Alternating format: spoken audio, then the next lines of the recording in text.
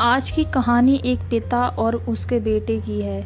एक बाप अपने बेटे के लिए क्या क्या कर सकता है वह इस कहानी से स्पष्ट हो जाएगा। पिता के द्वारा किया हुआ बलिदान।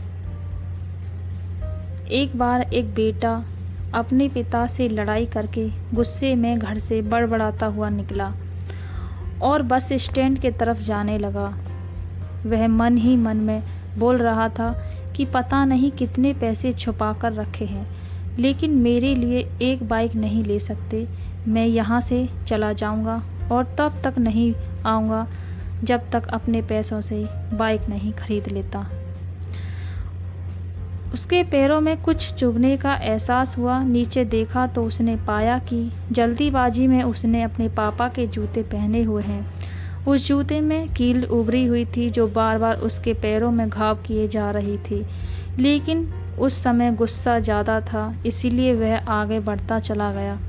फिर उसे याद आया कि वह पापा का पर्स भी साथ लेकर आया है, तो उसके दिमाग में आया कि क्यों न आज अपने पापा का पर्स चेक किया जाए, जिसे आज तक उसके पिता ने किसी को हाथ तक लगाने नहीं दिया। जब उसने अपने पापा के पुराने पर्स को खोला तो उसमें पैसे तो नहीं निकले, लेकिन पैसों की जगह एक डायरी रखी हुई थी। उसने सोचा कि यहाँ पर खजाना छुपा रखा है, ज़रूर इस डायरी में लिखा होगा कि किससे कितने पैसे लेने हैं या फिर किसको कितने पैसे पिताजी ने दिए हैं। भगवान पर भरोसा रखो। लेकिन वह गलत था। जब उसने उस डायरी को खोला तो पहले पन्ने पर वहाँ पर जो लिखा था वह थोड़ा अजीब था। डायरी के पहले पन्ने पर जो लिखा था उसे पढ़ने के बाद उसके चेहरे पर जो हाव भाव थे वह गायब हो चुके थे, क्योंकि डायरी में वैसा कुछ नहीं लिखा था जिसकी उसने उम्मीद की थी, या फिर वो जो भी सोच रहा था। उस डायरी में पैसों का हिसाब लिखा हुआ था जो अलग अलग कामों के लिए अलग अलग लोगों से उधार लिए गए थे। उस सूची में कंप्यूटर के लिए पैसे लिए हुए थे जो कि इस प्रकार लिखा हुआ था। 5000 बेटे के कंप्यूटर के लिए। वो वही कंप्यूटर था जिसे वह आज तक इस्तेमाल करता आ रहा था, लेकिन उस बेटे को ये नहीं पता था कि उस कंप्यूटर को ख़रीदने के लिए पैसे कहाँ से आए थे। तभी उसे उसके माँ बाप की यह बात याद आई। माँ हमेशा यह बोलती थी कि अब तो नए जूते ले लो, लेकिन पिता हमेशा बोलते थे कि नहीं, अभी कुछ दिन और चलेगा ये जूता, कुछ दिन पहले ही तो लिए थे। उसे आज समझ आ रहा था कि कितने दिन और चलेंगे। साथ ही साथ उसे ये भी समझ आ रहा था कि उसके पिता पर्स को क्यों छुपाए रखते थे। तब इस डायरी को पढ़ते पढ़ते वह बस स्टैंड पहुंचा, एक बेंच पर आकर बैठ गया और अब बस डायरी का आखिरी पन्ना उसने पलटा तो वहाँ कल की तारीख लिखी हुई थी और नीचे लिखा था 5000 रुपये बाइक के लिए। उस बेटे बस इतना पढ़ा और उसका दिमाग एकदम सुन्न हो गया। अब उसके मन में कोई गिला शिकवा नहीं बचा था।